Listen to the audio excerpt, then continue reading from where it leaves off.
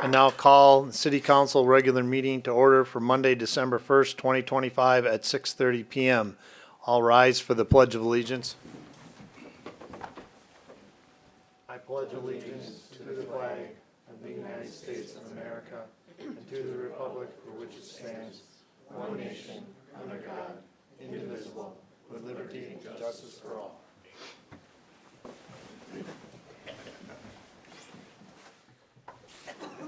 Item number 3 on the agenda, roll call. Administrator Pofus.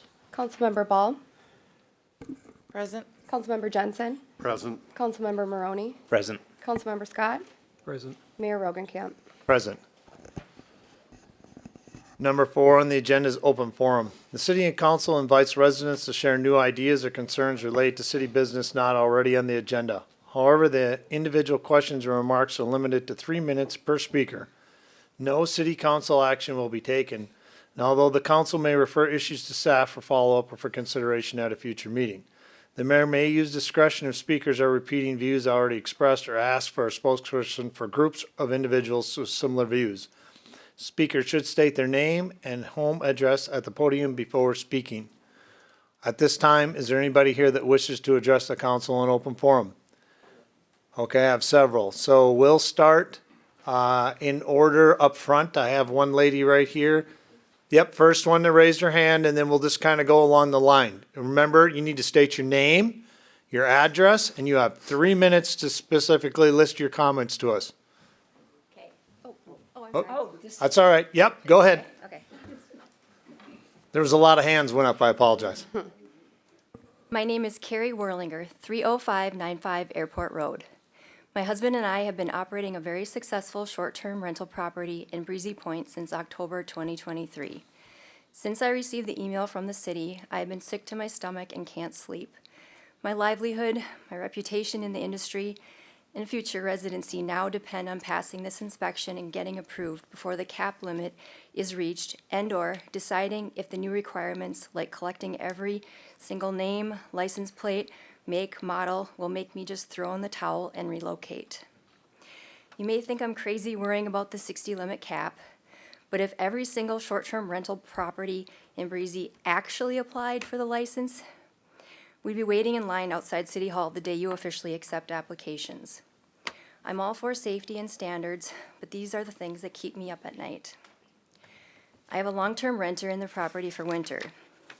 I will have to make special arrangements to get access to the house, God only knows how many times, until I can get through the new checklists of requirements and pass inspection. Most short-term rentals have a booking window of 12 months out. So right now, I have bookings for summer and fall. If I don't get in under the coveted 60 STR cap, if I can't pass inspection, or if I decide the new headaches aren't worth it, I'll be forced to sell my property because my superhost status on Airbnb and my premier host status on Vrbo will be destroyed. This status is maintained by guest satisfaction, my response time to all inquiries, number of bookings per year, and the fact that I've never canceled a guest yet. If I can't get my license, I'll be ruining so many upcoming trips for people that I care about. We support all the local businesses in the area. We spend between $100 to $150 on each group that checks in. This summer, we typically had 3 groups per week. This meant that in 1 week, we spent $300 to $400 at Pelican Square and boutiques in Pequot Lakes, Cross Lake, and Nisswa. We refill 3 propane tanks and buy local wood for fires. Ace Hardware employees know us by name as we keep our property in pristine condition. My welcome binder has 10 pages of local restaurants, shops, and attractions I recommend. Once they check in, I send links to all the activities happening at Breezy Point Resort and the surrounding area. Our guests are frequent patrons at the resort restaurants and marina rentals. 1/3 of our guests are golfers, and all golfers use the 3 golf courses at the resort. This summer, we had guests fly in on private jets and spend a week here. They golf 36 holes every single day, which isn't cheap at Deacons. And they told us they were at Deacons. They love to eat and drink, so you can imagine what the resort made in just 1 week off of our small business. This is just a snippet of what your casual email that you sent out right before Thanksgiving did to us. Thank you. Thank you. All right. I know I have others, so just keep coming up in line. Just take your turn. Come on up, address your name, address. So whoever wants to come next. My name is Dolores LaFollette, and I live at 303 Birchwood, 30378 North Birchwood, half a block down the road. And I have an issue. I spoke with Mike O'Brien today, your animal control, and many residents, too numerous to mention, about the feral cat issue in Breezy Point. It extends all the way from Bushman Road, which is not in Breezy, clear up to Osselman McKee. Within the gates, the entire city of Breezy, we are overrun with feral cats. And every day I have a female that comes to my deck. I can't touch her, get close to her. She always brings a litter of kittens at least twice a year. I've been here 8 years. I know she has produced probably over 30 kittens since I've been here. I don't know what happens to them. I did see a coyote one time with one in his mouth. And Mike said that you are working on an animal ordinance for cats, and I'd like to hopefully help with that and find an amicable solution here for the residents and see if we can't get something taken care of that'll make everybody happy. All right, thank you. Next. Hi, my name is Mara Lundquist. I live at 30505 Airport Road.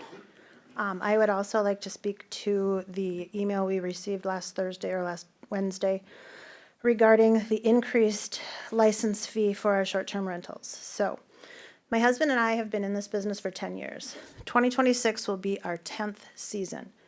We have hosted over 535 reservations in that span without a single complaint. Not a single police call, nothing. No complaints whatsoever. Our average guest count is typically about 4 people. Our properties hold 6 to 8 guests. Our average length of stay is 3 days. We can have up to, like Kathy said, we can have numerous rounds of people throughout the course of the week. So with that said, a little bit of research here. I'm going to walk you through some numbers. With an average guest count of 4 people, about a third of our guests play golf. Without lodging, playing medium level golf, not always the high end or not always the low end, the cost for food, transportation, entertainment, and golf is typically about $2,500. 4 people without golf is typically they spend $1,260 here in the city. So if I take a third of my guests, which is 178, times the $2,500 equates to $450,000, $445,000. You take 358 guests, reservations, which is the remaining 2/3 of that. That comes to $451,000, which is close to $900,000. That's excluding what we make on our properties. That's just extra money that they've spent here. So in my 10 years of doing this, I have contributed almost $1 million to the economy here. So with that said, with what we do, we don't make a lot of money at it. Most of us typically have an end game. You know, we have a property. It's the only chance you can have to have a property. You can afford it is if you rent it out part of the time. Some people do it because they want to be entrepreneurs. They like the business aspect of it. We do it because we're trying to build a legacy for our kids, giving them some sort of a financial trajectory as we go forward. So by going forward with this and implementing this whole inspection process and increased fees and things like that, that's going to create a financial hardship for a lot of us. First of all, you do it on our off season. You stick it to us when our revenue is at our lowest, aside from April, because we're seriously digging through the couch cushions trying to figure out how to pay the mortgages come April, because nobody has any reservations in April. So with that said, I can only imagine what these inspections are going to generate in additional to-do lists for all of us. And how many of those things are going to result in having to pull additional permits and additional revenue? I mean, if you guys are looking for an income source, I said, I think you found it. You know, you're gonna keep Luke real busy. So, you know, I have a lot of concerns about that. You know, where's the logic there? when I was speaking with Ally last week, she said, well, these these costs are comparable to Cross Lake. But we're not Cross Lake.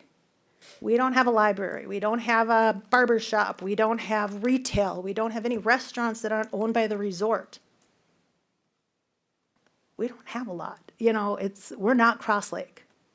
We're not Pine River or Bacchus either, but, you know, hey, at least they have, that tractor store and a Dollar General. We don't even have that much. So, you know, I don't know. If I have to throw in the towel, I'm not going to give up completely, but who knows? Maybe I'll turn my properties into low-income housing, rent them out for $1 to people who can't afford rent or something. I don't know, take it as a tax loss. But, you know, we live and die by our reviews. This year, out of all of my reviews, I had one that was not a 5-point star, 5 stars. And it was 4. And it was only because the lady never gives 5 stars. She doesn't believe in it. So, you know, that's how we live and breathe, by our reputation. And, you know, at this point, I'm going to give the city of Breezy Point 1 star, and that's only because I cannot give it a 0. The communication on this was absolutely horrible. You sprung it on us out of nowhere. Not easy to do business with, and very disappointed in the value of what we get for what we pay. So, with that said, that's all I got. Thank you. Thank you. Next. Hello, Brian Lee, 9168 Indian Hill. I've made a couple bullet points. As far as the fees go, I have 17 short-term rentals throughout the state. I've never heard of anything as much as $750. Windermere Township had proposed $750 a year ago, and they've been working for the last year to try to come up with a reasonable number, and they just settled on $300 after everyone was up in arms about it. Cities have to come up with a fee that is actually cost incurred, not just this is what a different town's doing, which I don't know if I don't know of anywhere doing that price. So I'd like to know how the fee was come up with and where that came from and what cost the city is actually going to incur that's reasonable for that. The inspection's absolutely over the top that's proposed. Chip paint, holes in a screen. I have a 600 square foot seasonal cabin that's been here for over 100 years. It's closed 5 months out of the year, and I don't have a furnace. It's unnecessary.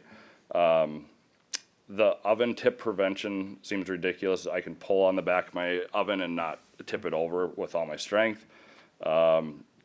Keeping track of guest license plate, I don't know if we have to be watching cameras and trying to write down. I mean, it just seems ridiculous. The time frame that this was sprung on us, we got an email like 2 days ago, and this wasn't on the agenda for tonight. It's a fee schedule, so luckily some people did their research and are here to actually combat this and voice what's going on. I mean, it's unreal. Is there any issues currently that prompted this? I mean, it seems like it's worked out great as a vacation rental area for so many years, and it just seems like another government overreach. My seasonal cabin here has been safe. It's a 1921 cabin. It's in perfect condition. Again, VRBO and Airbnb regulate these like you wouldn't believe. If you get below a 4.8 star rating, you lose your superhost status. If you drop below 4, you actually get kicked off the platform, so you cannot even be advertising, so you can't get guests. Again, we're supporting locals with these short-term rentals. This is a resort vacation community. We have cleaners. They go to the local gas stations to buy firewood and supplies. We have a local lawn service. They're at the local restaurants and bars supporting those when the guests are here. Again, I have a 600 square foot cabin, and the fee is a flatline fee. If someone has a 5,000 square foot house, how is the inspection of that warranted for $750 versus a 600 square foot cabin that you can make one turnaround and see the whole thing? Again, Aiken County is $100 per bedroom. Mille Lacs County's $350 for the inspection. Savage, Minnesota is $100 for their fee. And again, Windermere Township proposed $750, but now they're at $300 because they realized what they were doing. So I hope you guys take this seriously. It's a major impact for everyone here, and especially for the town itself. It could be a huge detriment to shooing people away. Like it was said before, people are coming here because of a short-term rental that they see advertised and marketed. That's what's bringing that new demographic to the town.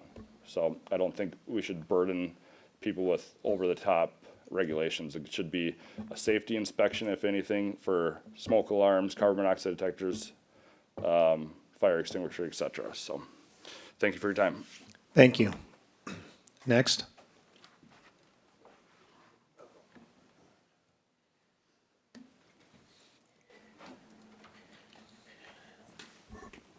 Hey guys, hey, I'm John Stanchfield, live in Surfside condominiums in Breezy Point. I've been up here my entire life since 1964.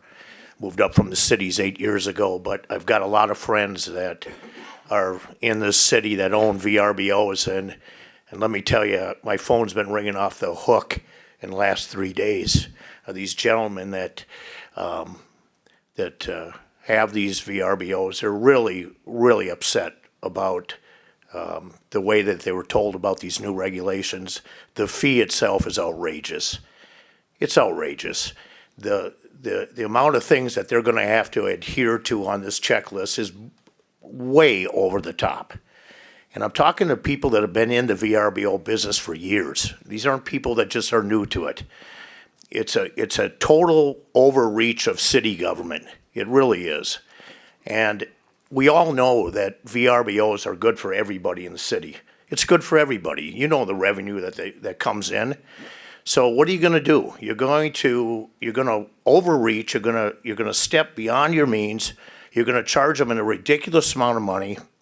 You're going to make them jump through a hoop of regulations and restrictions to where maybe 50% of these VRBOs are not going to be able to get licensed. Okay? That's not what we want in the city of Breezy Point. We have other issues that we can attend to, but putting these kind of regulations on the back of hardworking people that own these VRBOs, it's not as lucrative as you think it is. They got 3 months to rent these things out. And what they do to our community is nothing but a plus. It helps everybody around here. Revenue, it keeps older cabins looking great again because they went in and bought it. And when you think about it, when they buy these places, they remodel them. They apply for a permit.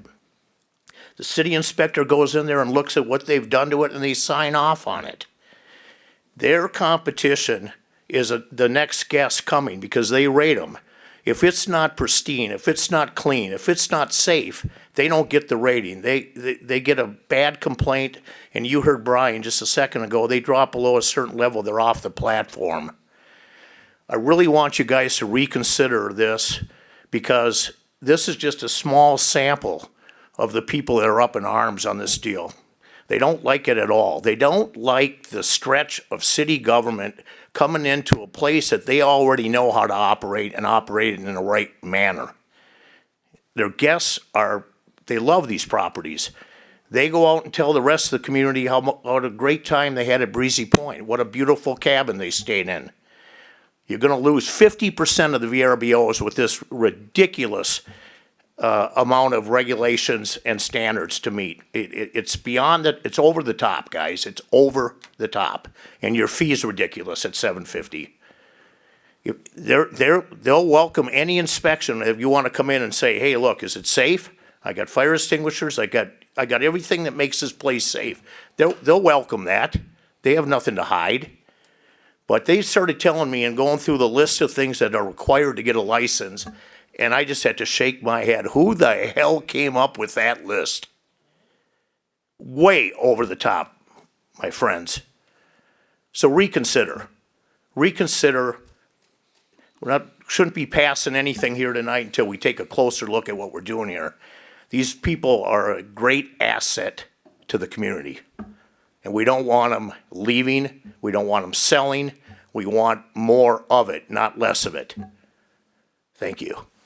Thank you. Next.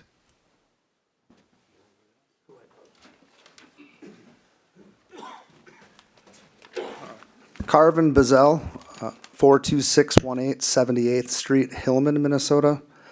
Part-time, 30539 North Lakeview Drive. A lot of what I was going to say has already been covered, so I don't want to repeat. Thank you. I appreciate, you guys allowing us to speak. I feel that I'm newer to this business. I bought the old Love Shack down on Lakeview. It's been there for 30 years. It was an old shack, and I put a ton of money into it and remodeled it. And when I went to invest, I spoke to several realtors, and they said, hey, Breezy understands this town wouldn't even exist if it wasn't for short-term rentals. And I'm not talking about VRBOs. I'm talking about the main resort, Narvisons, there's all the timeshares. Those are all short-term rental properties. And now you're a short-term rental, a timeshare, basically, depending on, it doesn't really matter. It does matter how it's classified, but the essence of what it is, you guys are taking a group of landowners that are integral part of the resort area, and you're trying to treat them differently. In essence, and I believe that there's some legal issues there, and I'm not threatening or saying that, but I would like you to at least do some more, take your time on the fee schedule. It's way out of proportion compared to other areas that I've looked into. I've also, if you're doing some comparisons in other communities, you can look at some of the economic impacts that have occurred to towns that have implemented some restrictions. South Mille Lacs Lake, Waukon area, it became very restrictive. And now if you look at their map and what's happened to their economy, it's crushed it. So if you care about the city, we're not competing with the resorts or the timeshares. We embrace them, and we think that we're an asset.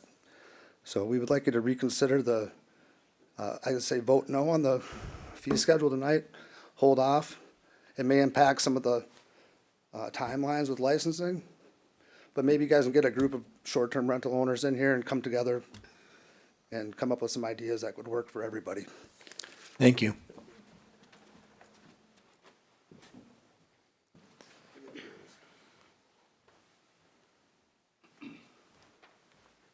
Bill Toft, 31877 Green Scene Drive, Breezy Point. I'm going to cut short what I was going to say. I don't have a short-term rental property, but I do know something about that business. In Breckenridge, Colorado, there were condominiums going for $1 million apiece because they had a thriving business of short-term rentals. They closed that business down. Those $1 million condos now are $400,000 and dropping. So that's an added detriment to what some of these folks here have been talking about. I was going to talk about a few facts. First of all, the Public Works Department was awesome in this last snow. My roads were clear by 8:45 in the morning. My father-in-law, Lakeshore, who pays a lot more property taxes, was upset. It was 3 o'clock before they got to his, so thank you. And also, so you're going to review the administrator tonight. Compared to the gunslinger, she's awesome, so I hope you give her good reviews. The inflation rate over the last 10-plus cumulative years is 36% in this country. My property taxes have gone up almost 200% in that same time frame. That's 6 times the inflation rate, a rate that would make Joe Biden blush. Our national debt, we pay $70,000 a second in our national debt. Our Social Security benefits, for those that are on Social Security and Medicare, is going to be cut by 25 to 35% in 2033 unless something is done. We are drowning in debt. And I guess I know this bond issue is going to be coming up again. The 10-year AA general obligation Minnesota bond today, the rate was 2.85. 2.85, which is almost 0.75% lower than the last estimate that they have. So I'll give you guys what the bond rate is when you guys decide to make that decision. I don't know why we don't just go one coupon, 10 years out, and I know the logic. You're afraid the taxpayer is going to be upset because there's less to pay that way, but we're already upset, so let's get it over with in 10 years instead of 15. Ask what the underwriting fees are. They're gonna be substantial. Why no call feature? What if we get a 2020 situation again where we can get a 5-year, we can refi at a 0.5% to 1%? I mean, there should be a refi feature in there, in my opinion. This tranche business, I mean, you know, why all these maturity levels and different rates? I just think it's ridiculous. And, you know, they're gonna want us, a piece of paper came out of Aiken today that was 2.85 for 10 years. So, I mean, I'm not making these numbers up. The piece we did a year ago, the $90,000 piece, that was 18 bonds at $5,000 per bond. They had a 5% coupon on that. The rates at that time were 3%. So I would have bought all of those, $90,000 day one. Day two, I could have sold those bonds for $106,200. They're gonna play with the coupon, so just be aware of that.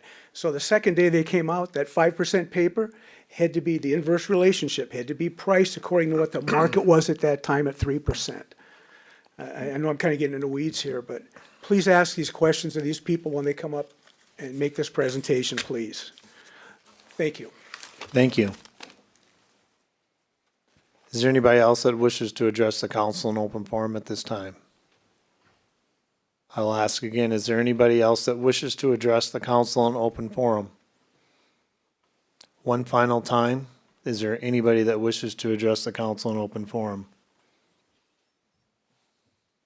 I don't really wish, but I didn't hear the first part. I would assume it has Could you something please to- state your name and your Oh. address, please? It's Dwayne Mullen, 11446 County Road 11, one of mine. I just want justification of a 64% tax increase on my properties. That's simply what I'm interested in. Okay, well, we'll get to that in the upcoming public hearing. You'll have a chance to come back up and speak, because we'll have an open hearing on truth and Is taxation. this tonight? Yeah, it is tonight. This is some other meeting. What's that? I say this is some other. No, meeting we're I'm in missing open forum in the council meeting right now. it? Okay. And once we get done with that, we'll be moving on, and actually, that'll be the next open public hearing, and you'll have an opportunity to come up and address us. All right, thank you. Is there anybody else that wishes to address the council? Open forum? Hearing none, open forum is now closed. I do want to thank all that attended tonight for your comments.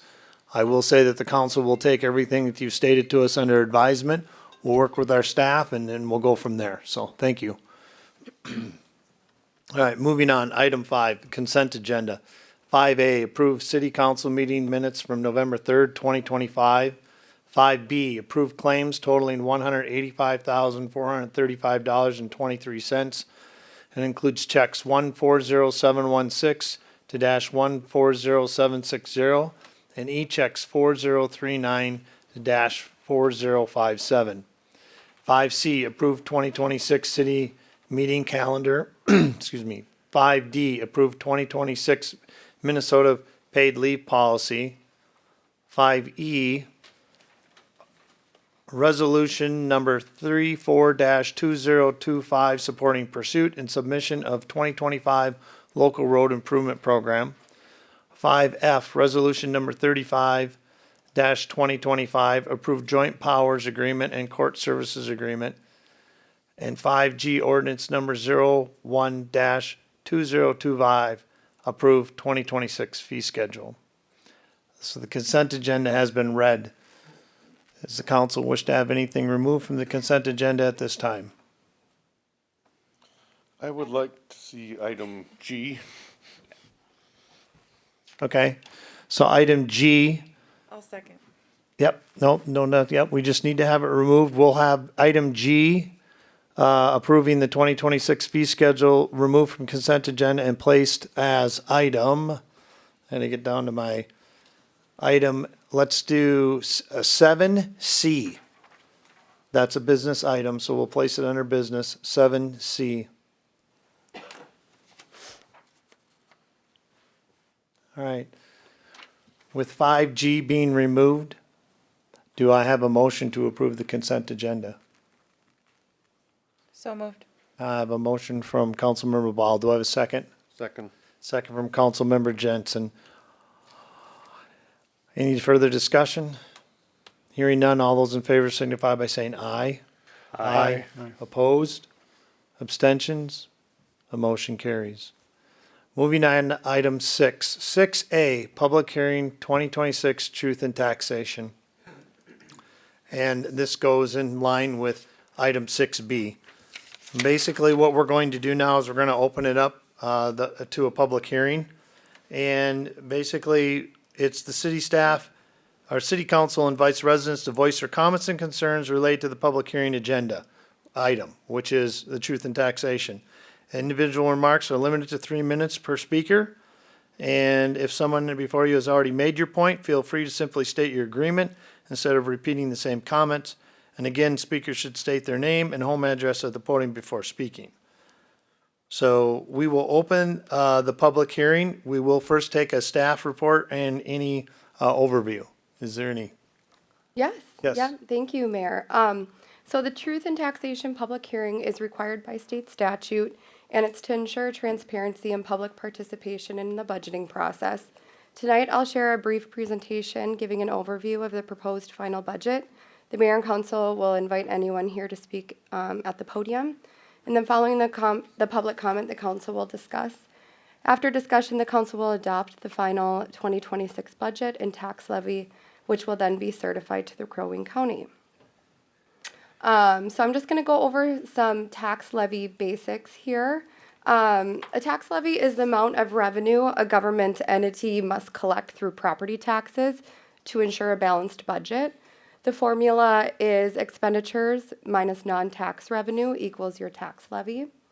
The preliminary tax levy was approved at the end of September, and the final tax levy must be adopted by the end of December.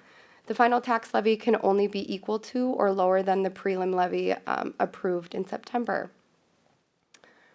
So as you'll see in the next graphic, most of you have received your property tax statements for 2026. About half of a typical Breezy Point residential property tax bill goes to the city. The remaining portion is split between Crow Wing County and the school district.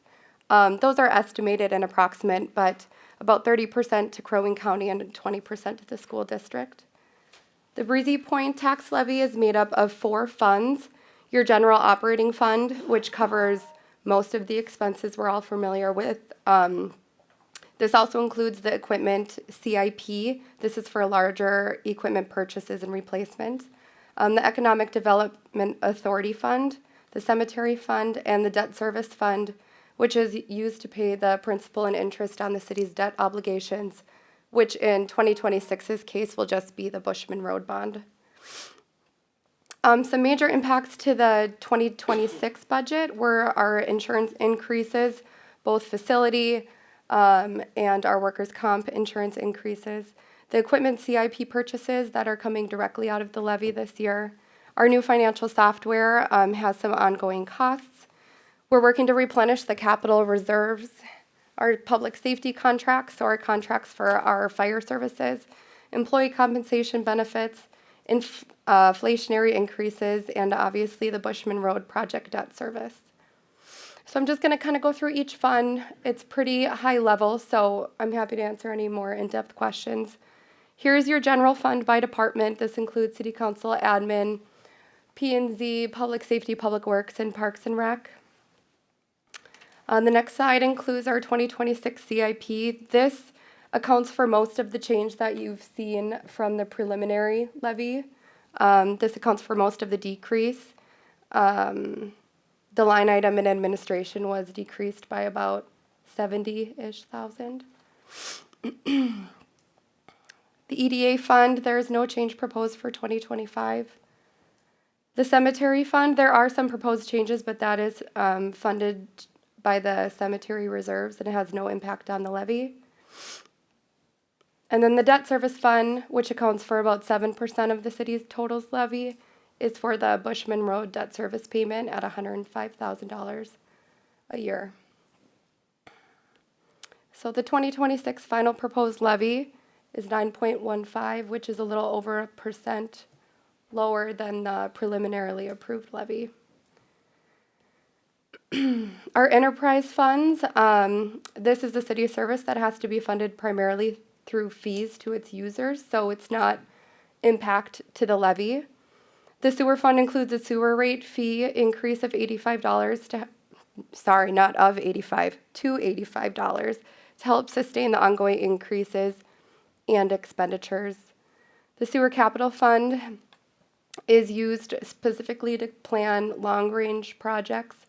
We hope to get a sewer rate study done next year, which is included in this budget, to help us properly plan for a facility expansion in the future. So that'll hopefully have a more gradual plan for increases to the sewer fees.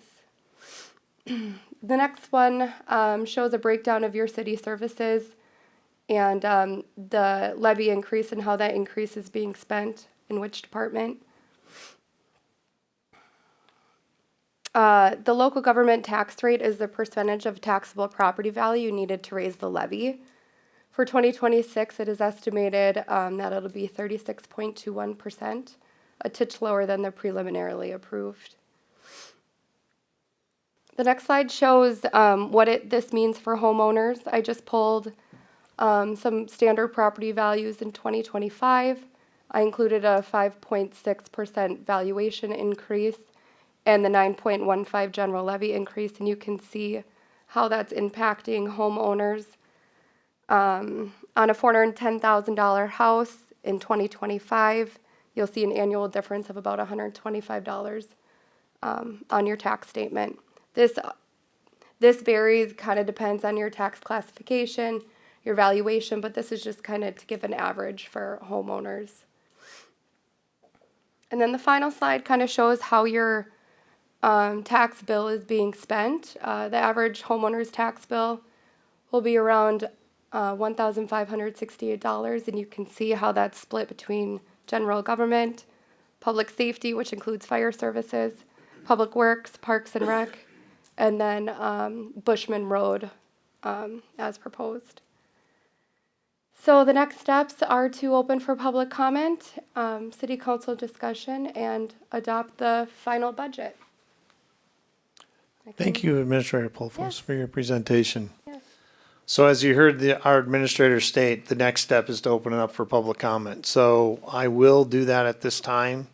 Anybody who wishes to come forth to address the council regarding their taxes can do so at this time. Please, again, keep your comments to 3 minutes.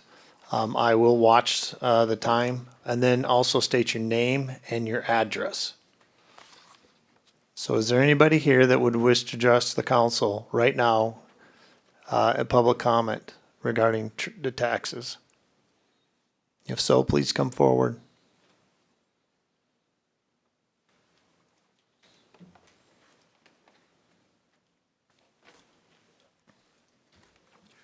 Yeah, Dwayne Wallen, 11446 County Road 11. I didn't see anything in the presentation that really reflected the extreme increase that my taxes show. I mean,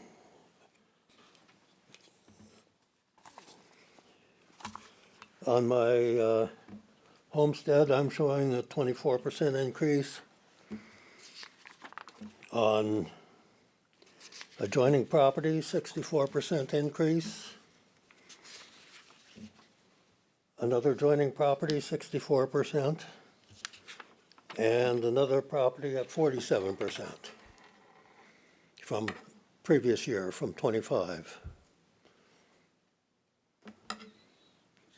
Who's picking up the slack? You know, I saw nothing on your presentation that looked like you had that kind of excuse me, had that kind of a increase in your total revenues. You went through the slides pretty fast, so I couldn't catch I think it was about the fourth slide where you had the finalized numbers, but.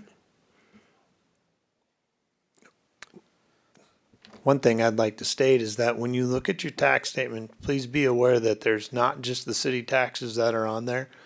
You have the county as well as the school, and in addition, Everything is based on valuation.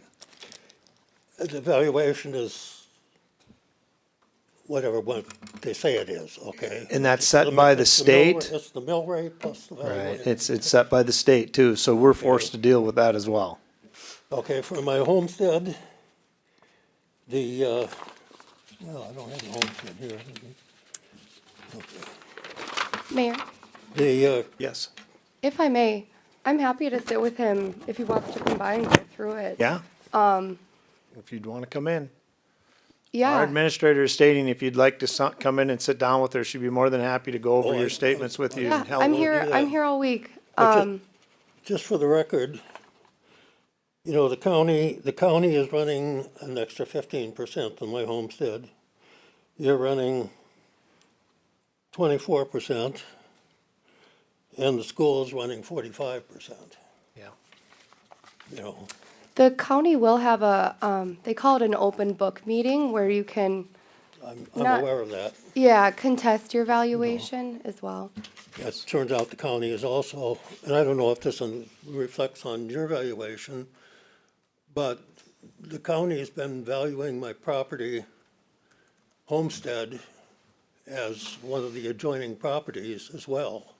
Instead of taking a 10-acre parcel, they're including a 40 or 35-acre parcel as my homestead and basing their taxes on that, which is something of well, I'd consider an error on their part, but I don't know I haven't had a chance to talk to them about it. But I don't know if that's reflected in your taxation base or not.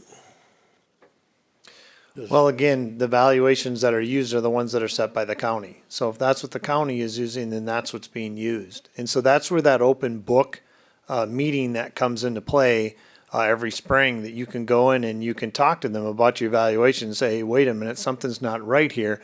And you can talk to them about it, and then they, at that time, can make a decision to change your valuation based on what your points are that you bring up to them. So you have that opportunity to speak directly to them about that. Yeah, I would not have noticed except, you know, when you get this kind of a tax increase, I went through, you know, and penciled everything out to find out what was happening. And that's when I discovered this error in their, according to the state anyway, that it was, you know, I called the state people. Mr. Mayor, if I may, I did pull up your truth in taxation from the county, and it looks like your home valuation went up about 18%. On your home valuation. That has a large portion of where your percentage carries in.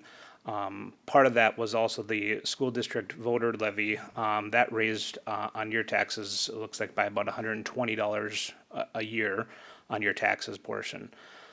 So when your valuation goes up like that, so do, you know, how the payments go with that. You mentioned about how the county is abutting another parcel that's abutted with you. I know sitting through some of those meetings in the years past, the county has started combining those properties together because typically they look at it as a one parcel. Even though you treat them still as separate, they still look at, is the second lot buildable? And if not, they kind of start combining it with your homesteaded property. That's something that the county handles. And then going back to just your evaluation of what you believe it is, sometimes I know that they've gone out to homes, and maybe they haven't gone out to your home recently. They can do a review with the home. I know the last meeting we sat with, somebody brought to their attention the way that the structure was built, and they immediately reduced the value of the home because they were under the impression it was built a different way. So the county is really the one who sets that valuations. That I'd really encourage you to work with them and figure out, are they evaluating your property correct? Well, the question is, or the bind is that they incorporated more than the homestead, the property valuation in the limited homestead.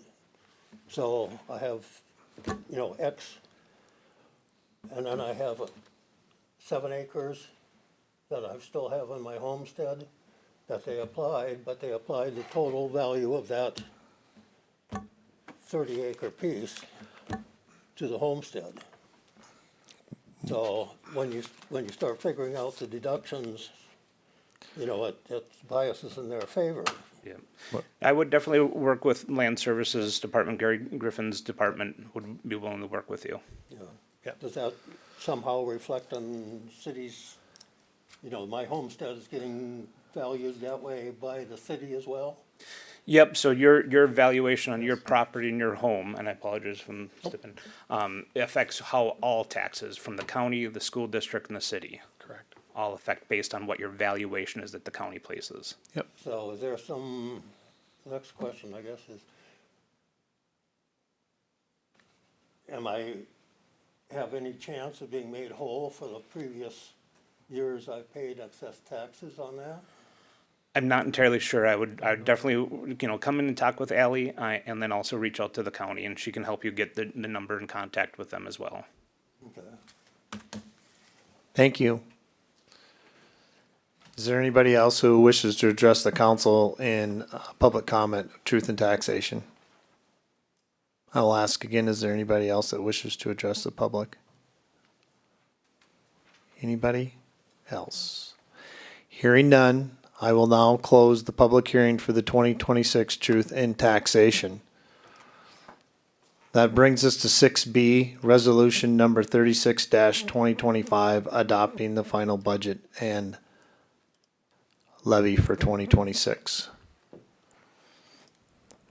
Council, any further discussion at this point? If not, I would like to have a motion. I would just like to add, my property taxes went up 21.77%. That was a result of a large increase in the estimated market value, was the main contributor to that. I live on Shoreview Lane.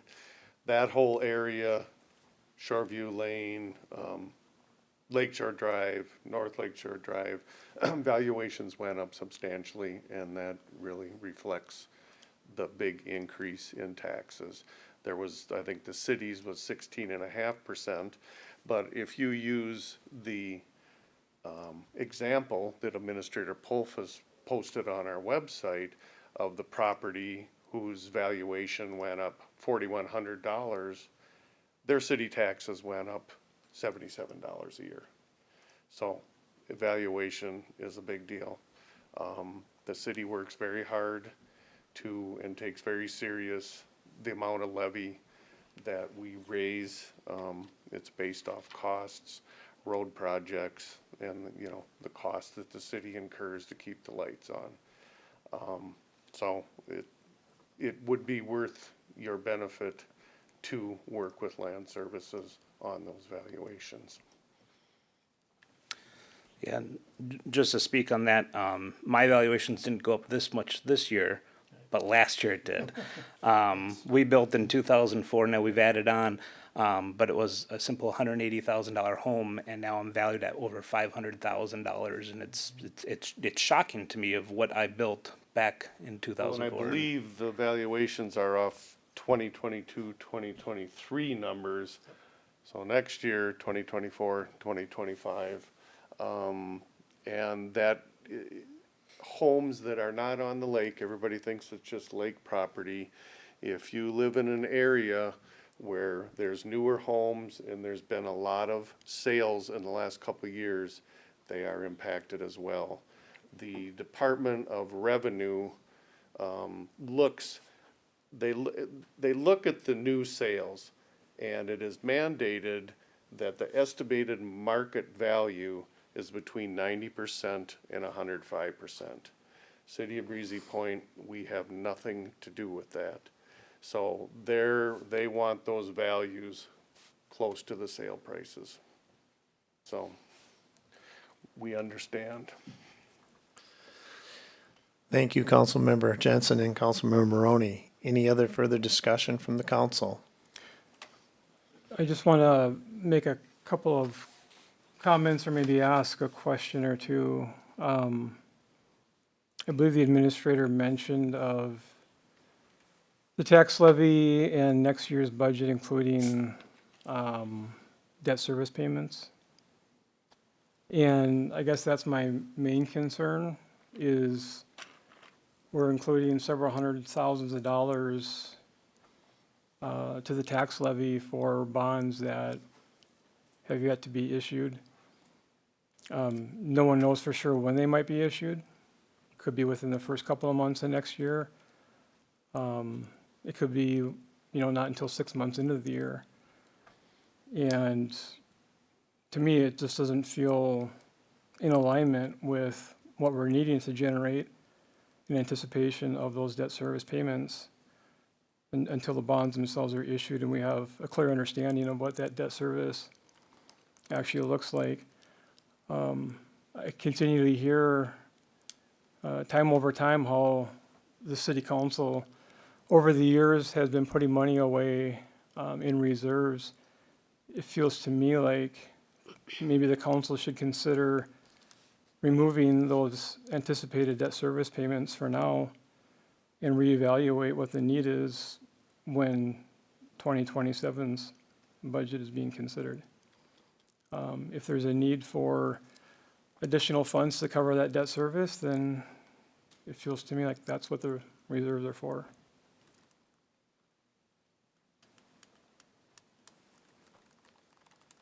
Okay, thank you for your comments. I think one thing to point out is that when it comes to with the reserves, some of those reserves were taken and used to help us pay for the city hall. In addition, if we don't put something in the budget for the bonds, that puts the Bushman Road project on hold. We would need to have something in our budget for this year in order for that project to move forward. So to not have anything in the budget, that means we're basically saying that the Bushman Road project doesn't move forward. If I may, Yes. regardless of when the bonds issue our bond payment would be due by the end of the year next year. So it would need to be made with this year's tax dollars, just as a point of clarification. Well, and correct me if I'm wrong, 280,000 of that money was set aside in last year's levy. Correct, In anticipation of Bushman Road happening this year. correct. This year's levy, 25,000 additional dollars to meet the debt service payment. Yep. Thank you for the clarification. Any other discussion? All right, well, hearing none, I would call for the motion to adopt resolution number 36, 2025, adopting the final budget levy for 2026. So move. I have a motion from Councilmember Maroney. Do I have a second? Second. I have a second from Councilmember Jensen. Further discussion? Hearing none, all those in favor signify by saying aye. Aye. Aye. Opposed? Aye. Abstentions? The motion passes. 6C, public hearing on proposed park dedication fee. Again, we will be having a public hearing. The same rules that applied to the public hearing on truth and taxation apply to this hearing as well. I will open the public hearing and then turn it over to staff. Yes. Commissioner Pofus. Thank you. At the city council meeting back in June, the council directed staff to revise the park dedication fee to include a per dwelling unit alternative fee. Park dedication fees are fees that the city may require from a developer or subdivider to be paid to the city. The idea is that when a new subdivision or development adds new households, it increases the demand on public parks, recreation areas, open spaces, etc.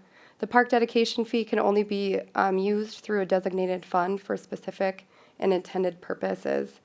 The proposed ordinance amendment includes a per dwelling unit fee of $500. So you should take public comment and either deny or approve the ordinance to amend the park dedication fee. Thank you, Administrator Pofus. So I will now open it up to anybody who wishes to make comments regarding the proposed park dedication fee and change to the policy.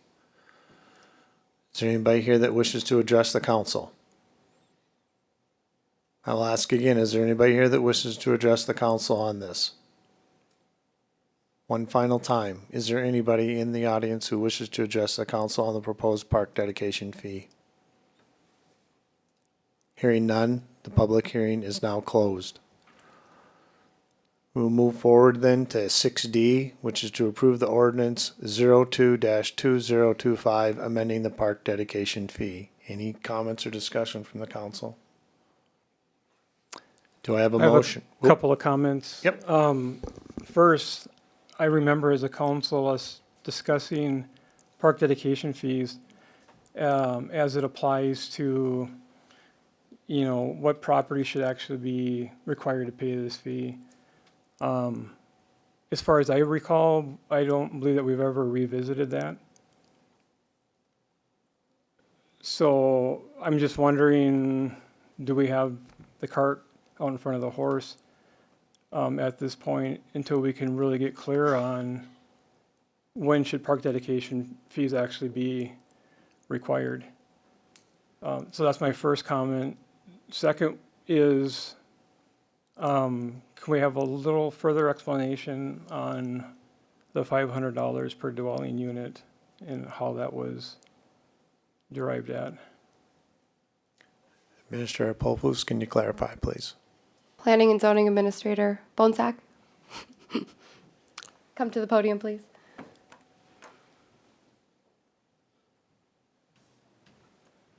Please state your name for the record. Jerry Bonsack, Planning and Zoning Administrator. I was around as the administrator at the time that the last discussion happened, and I think it was probably in June of 2025. The discussion was that subdivisions would be required to pay park dedication fee, which was part of our subdivision ordinance. The question that I think that came up more than anything else at that time was there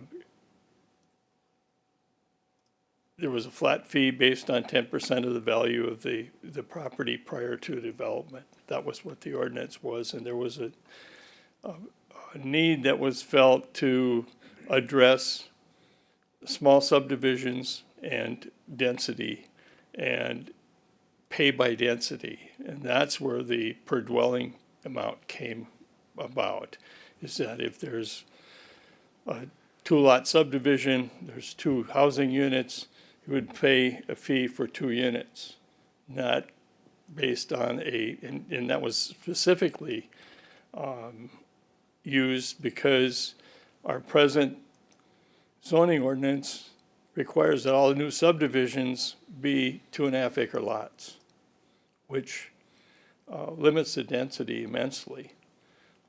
There needed to be some kind of fairness between a subdivision of 2.5-acre lots versus, say, a subdivision that was in a commercial area where you could have an apartment building, and how could you address the density? So that per dwelling unit was used to address the density. The $500 fee was something that it was felt that some of the other communities around us were doing something similar to that, and were at a similar per dwelling unit fee of like $500 to $1,000, and that's where the $500 fee came from. Thank you.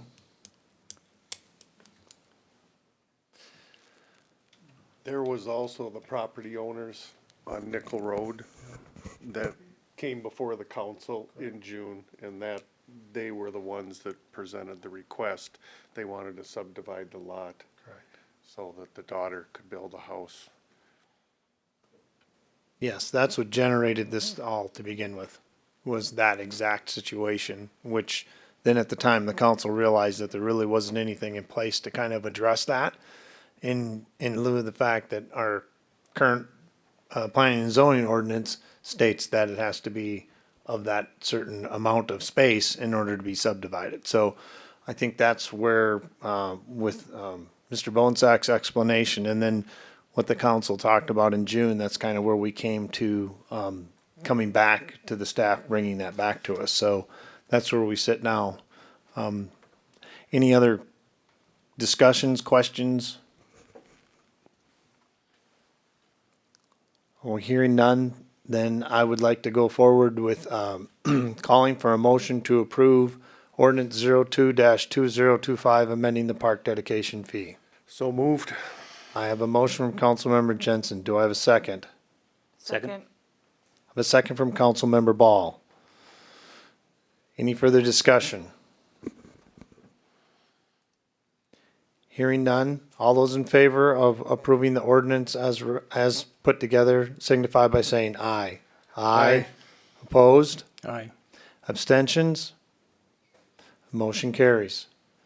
6E, public hearing on proposed assessments for Edgewater Circle project. Again, I will turn it over to Administrator Pulfus to give an overview. Yes, thank you. On July 7th, 2025, the City Council held a public hearing on the street reconstruction of Edgewater Circle. At the time, the council was reviewing the special assessment policy and determined that this project would be assessed once this new special assessment policy was approved. Now that that policy is in place, the council must hold an assessment hearing to take public comment and approve the final assessment roll. Per the policy, the assessment for this project is calculated at $10,000 to the benefiting property owner. The proper notices were given to the impacted property owner and published in the paper. All right. So we've heard the overview. Is there anybody here? I will open the public hearing now for public comment. Is there anybody here that wishes to address the council regarding the proposed assessments for Edgewater Circle project? I'll ask again. Is there anybody here that wishes to address the council in public hearing on the proposed assessments? One final time. Is there anyone here that wishes to address the council on the proposed assessments for Edgewater Circle project?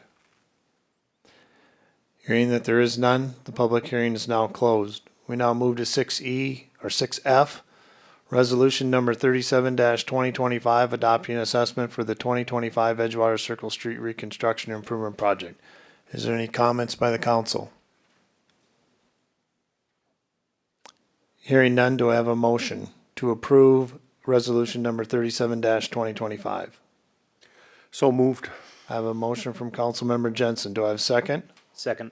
Second from Councilmember Maroney. Is there any further discussion by the council?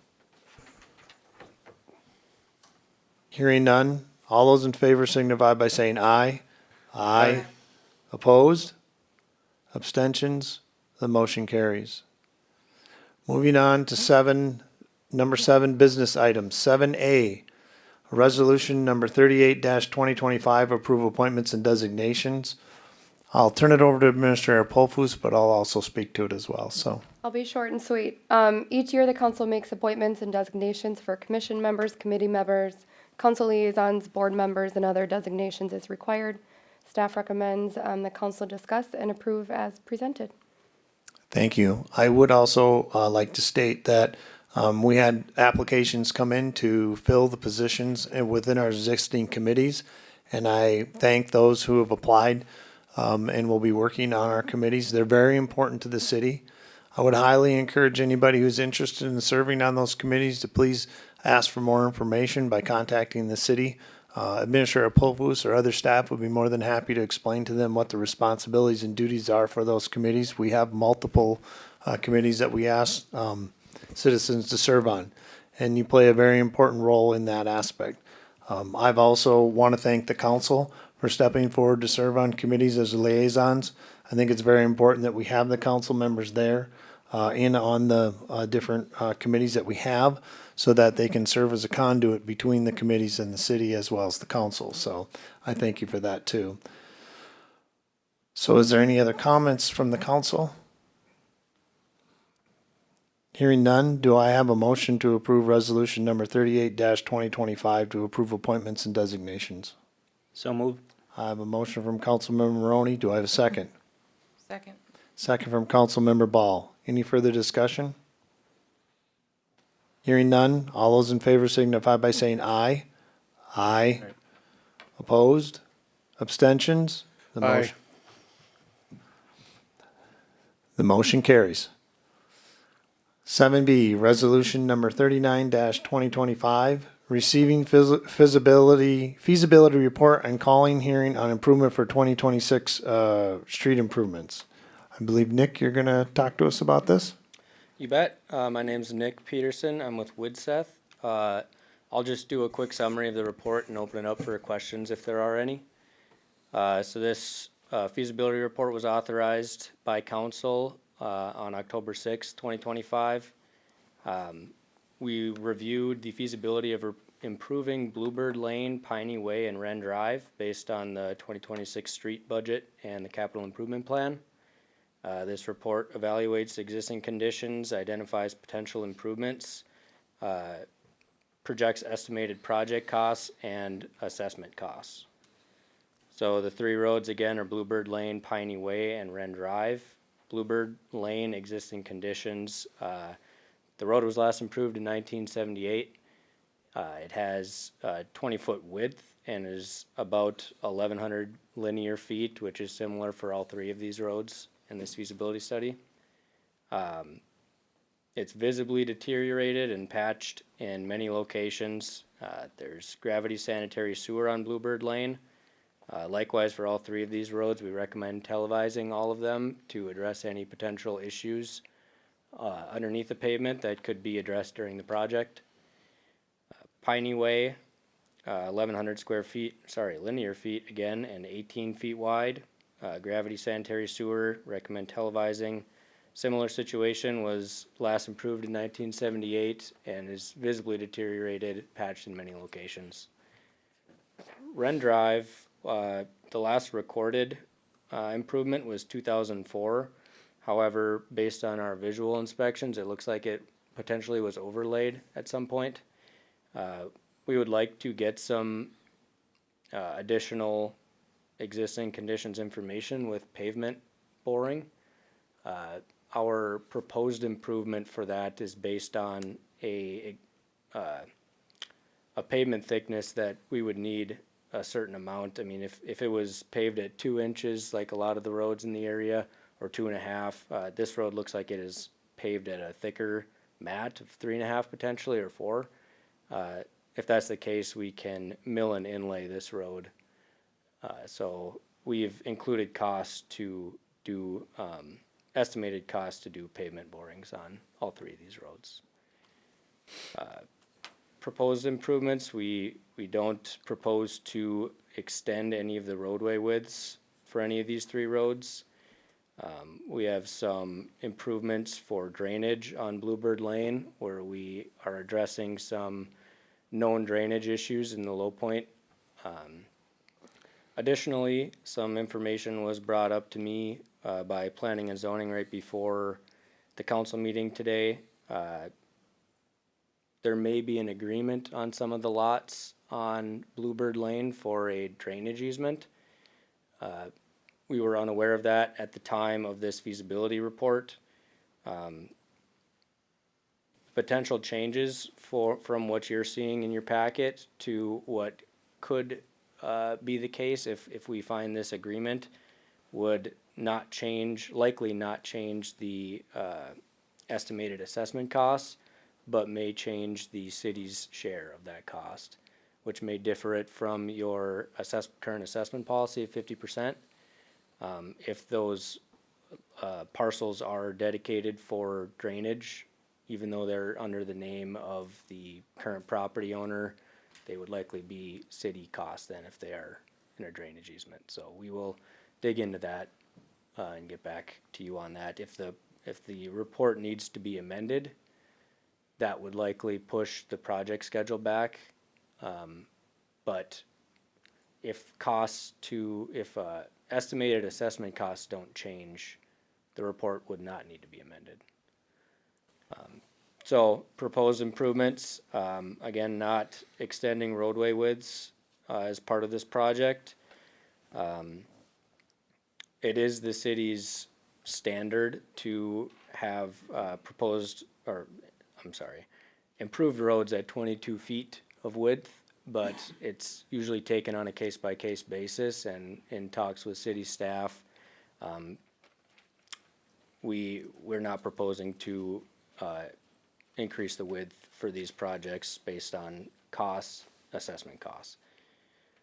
So again, some drainage improvements for Bluebird Lane and Piney Way, some ditching in the city right-of-way, and some surmountable curb and gutter going down some of the steeper grade on Bluebird Lane to assist some of that water getting to where it's gonna go regardless. We are proposing to raise both of the roads just slightly with the improvement of an FDR and additional Class 5. Just a couple inches and reestablish the crown to promote drainage as well. So then again with Wren Drive, a mill and inlay, milling 1.5 inches and repaving 1.5 inches there to tie back in with driveways. So in the report is estimated project costs as well as estimated assessment costs based on the updated city assessment policy. Is there any questions? Yes, council, do you have any questions for Nick? Oh, I think we're good. Thank you for the explanation in the report as well.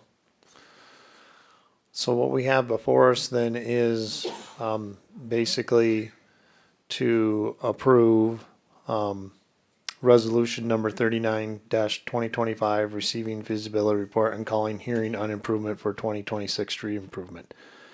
Do I have a motion by the council? So moved. I have a motion from Councilmember Jensen. Do I have a second? Second. Second from Councilmember Maroney. Further discussion? Hearing none, all those in favor signify by saying aye. Aye. Aye. Opposed? Abstentions? The motion passes. Moving on, 7C, ordinance number 01-2025, approved 2026 fee schedule, was removed from the consent agenda. Basically, this is in regards to some of the comment we heard tonight in our open forum regarding the fees and the fee scheduling set, as well as inspections for VRBOs or our rental properties. I'm just gonna come out of the gate to the council and throw something out and then we can go from there. But basically, what I would recommend to the council to consider is that we basically take the fee that we had last year and implement it for this year. And then at this point, suspend the inspection and allow staff to revisit and bring back to council.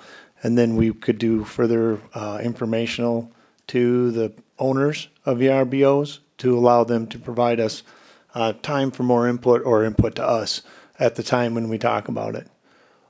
So that's just a thought. That's just an opening start. So council, feel free to add or your own input. I agree with Mayor Rogenkamp. I think part of the problem was the council started on this in, 2022? And. Yeah, at the end of my first term. Yeah, and picked it up in 2023. To speak to the inspections, council was under the assumption that inspections were always being done. We now know they weren't. And being a resort community and renting properties, yes, you're booking out for summer. I guess timing, in my opinion, was bad, and I think Mayor Rogenkamp's suggestion makes a lot of sense. I also, looking through Cross Lakes, I think we should do a little bit of comparison to theirs. It is being inspected. They want safe properties, but it looks to me to be not as, ours almost looks like a building inspection. But that's, my thoughts on that. Other comments from council? I agree with just kind of pushing the pause button on what was rolled out. Let us continue with what we've done in the past. Whether that's the council addressing it in another meeting, having a workshop with renter owners to come to the table to figure out where we were going in 2023 to where we are now. There's middle grounds to be had, I think, and so I'm all right with pushing that pause button. Yeah, I am as well, and I would probably even take it a step or two further. This is a question that I asked at the time that the council was considering a short-term rental ordinance, and I'll continue to ask the question.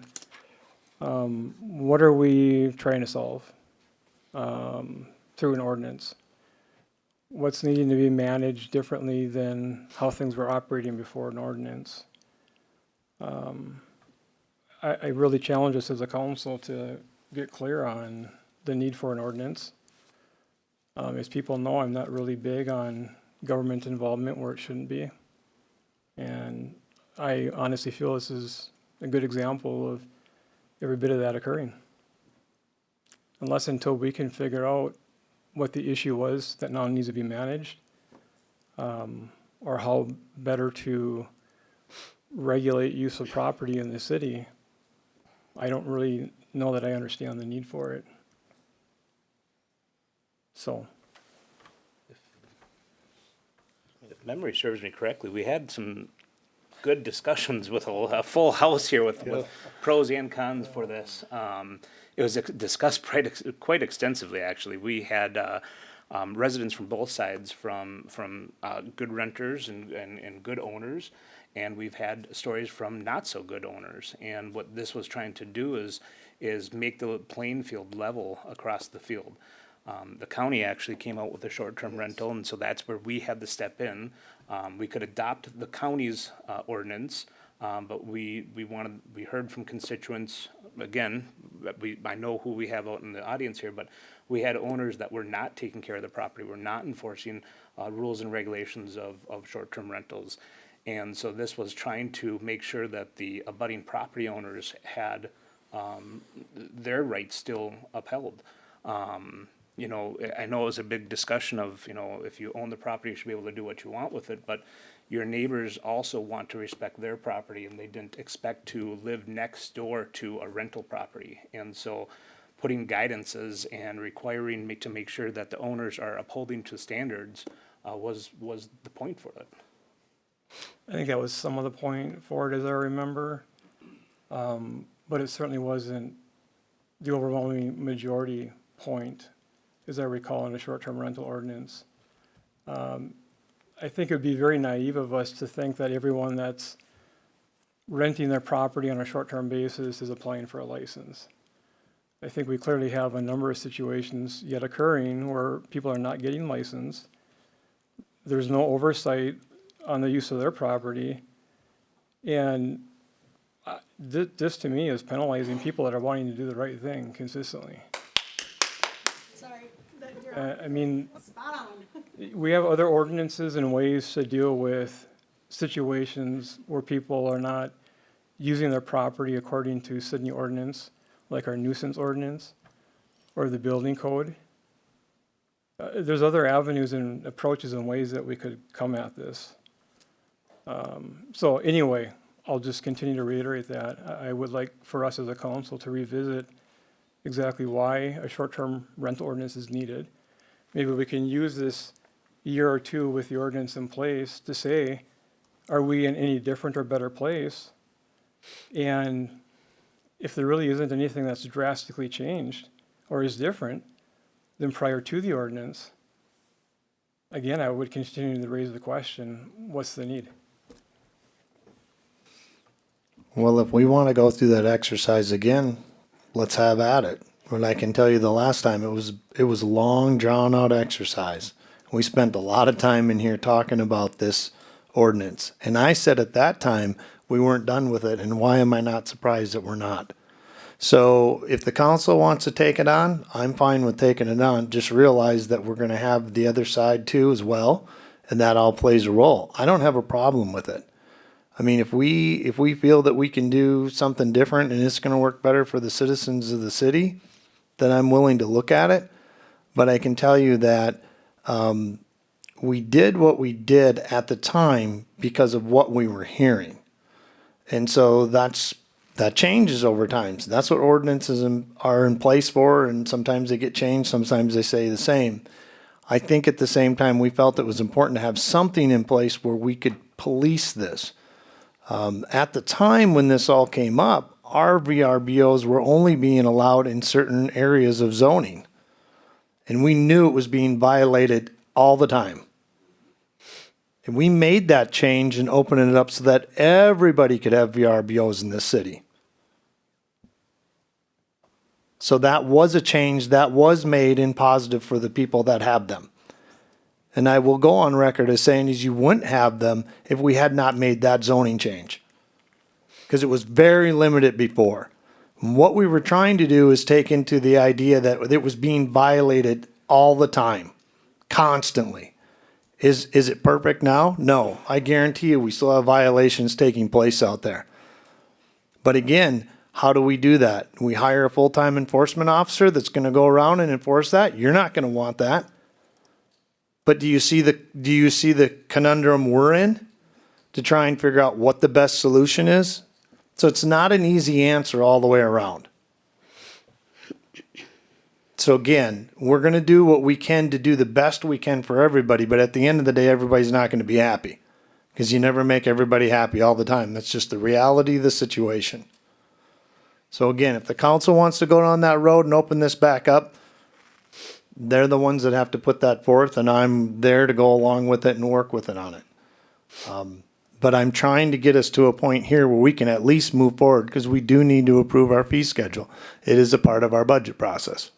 If I may, Mayor. So what I'm hearing is you want to approve the fee schedule with the $300 short-term rental fee. In 2026, we can evaluate, what staff had proposed to the current renters, see what's needed, see what's not, go through the process. That doesn't involve an ordinance revision.